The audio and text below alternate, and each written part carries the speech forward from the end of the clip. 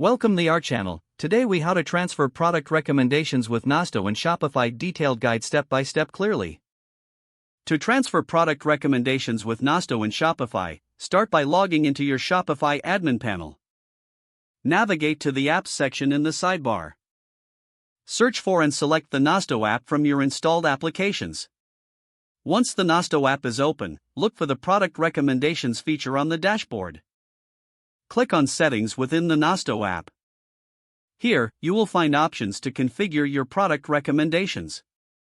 Select the categories or types of recommendations you want to include.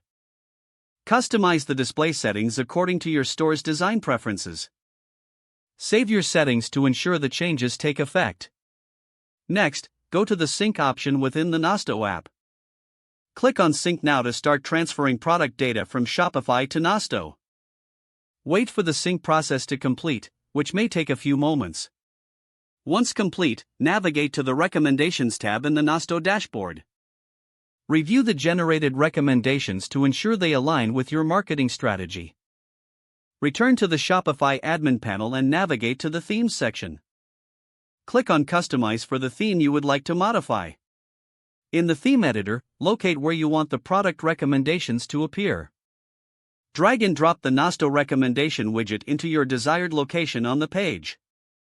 Customize the widget settings to fit your store's branding. Publish your changes to make the recommendations live on your store. Finally, monitor the performance of your product recommendations through the Nosto Analytics dashboard. Adjust settings as needed based on customer engagement and sales data. If the page does not load, refresh the browser or try again in a private or incognito window.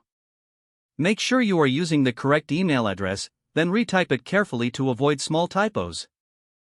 If your password is not accepted, use the reset option and create a new strong password you can remember.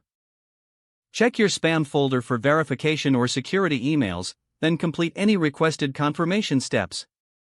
Enable two-factor authentication if available to improve account security and reduce unauthorized access risk. After signing in, review your profile details so your contact information and settings are accurate and current. Don't forget to like this video and subscribe to our channel for more step-by-step tech guides.